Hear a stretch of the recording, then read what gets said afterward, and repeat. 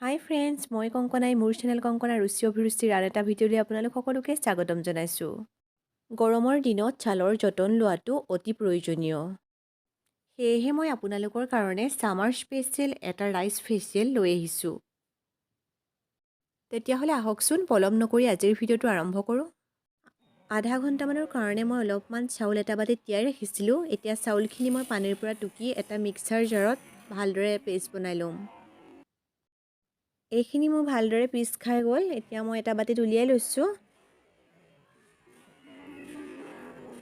ইয়াত মই 3 চামুচ মৌ ব্যৱহাৰ কৰিছোঁ আৰু যিসকলৰ স্কিনত মৌৱে শ্বুট নকৰে তেওঁলোকে এল'ভেৰা জেল নাইবা নাৰিকলৰ তেল ব্যৱহাৰ কৰিব পাৰিব।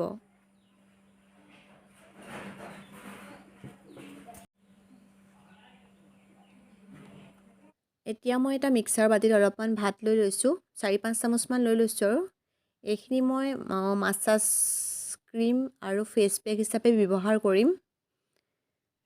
ইয়াত এতিয়া মই এচামুচ আটা দিছোঁ, তাৰপৰা আৰু এচামুচ মই বেচন দি লৈছোঁ। আপোনালোকে যিকোনো এটাও দিব পাৰে আৰু অলপমান গাখীৰ দি দিছোঁ। আপোনালোকে দৈ ব্যৱহাৰ কৰিব, দৈ ব্যৱহাৰ কৰিলে বেছি ভাল হয় আৰু মোৰ নাছিলে সেইকাৰণে মই এৱা গাখীৰ ব্যৱহাৰ কৰিছোঁ। এইখিনি এতিয়া মই ভালদৰে মিক্স কৰি ল'লোঁ। দেখিছেনে কিমান ধুনীয়া হৈছে। এইখিনি চাউলৰ পানী, এইখিনি মই চাউলৰ পানী ৰাখি থৈছিলোঁ। আৰু এইখিনি হ'ল মাছাজ ক্ৰীম আৰু এইখিনি হ'ল স্কাৰ্ব। এতিয়া মোৰ ছালৰ যতন ল'ব পৰাকৈ আটাইকেইটা সামগ্ৰী যোগাৰ হৈ গ'ল। আহকচোন আপোনালোককো দেখুৱাওঁ মইনো কেনেদৰে ছালৰ যতন লওঁ। এই চাউলৰ পৰা তৈয়াৰ কৰা ফেচিয়েলটোৰ গুণাগুণৰ বিষয়ে আপোনালোকে জানেনে? যিসকলে জানে তেওঁলোকে কমেণ্টৰ জৰিয়তে ক'বলৈ নাপাহৰিব দেই। এই ফেচিয়েলটো ছালৰ বাবে বহুত উপকাৰী। গৰমৰ দিনত সপ্তাহত এবাৰকৈ এই ফেচিয়েলটো কৰিলে ৰ'দে পোৰা ছালৰ হেৰুওৱা উজ্জ্বলতা ঘূৰি আহে।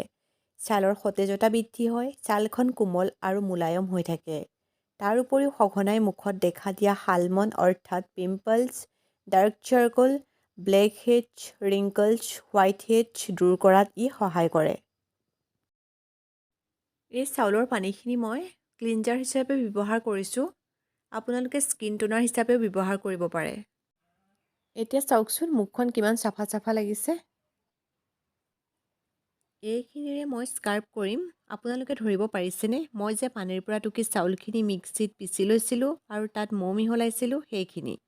এনেদৰে মুখত লাহে লাহে ঘঁহাকৈ স্কাৰ্ব কৰা বুলি কোৱা হয়।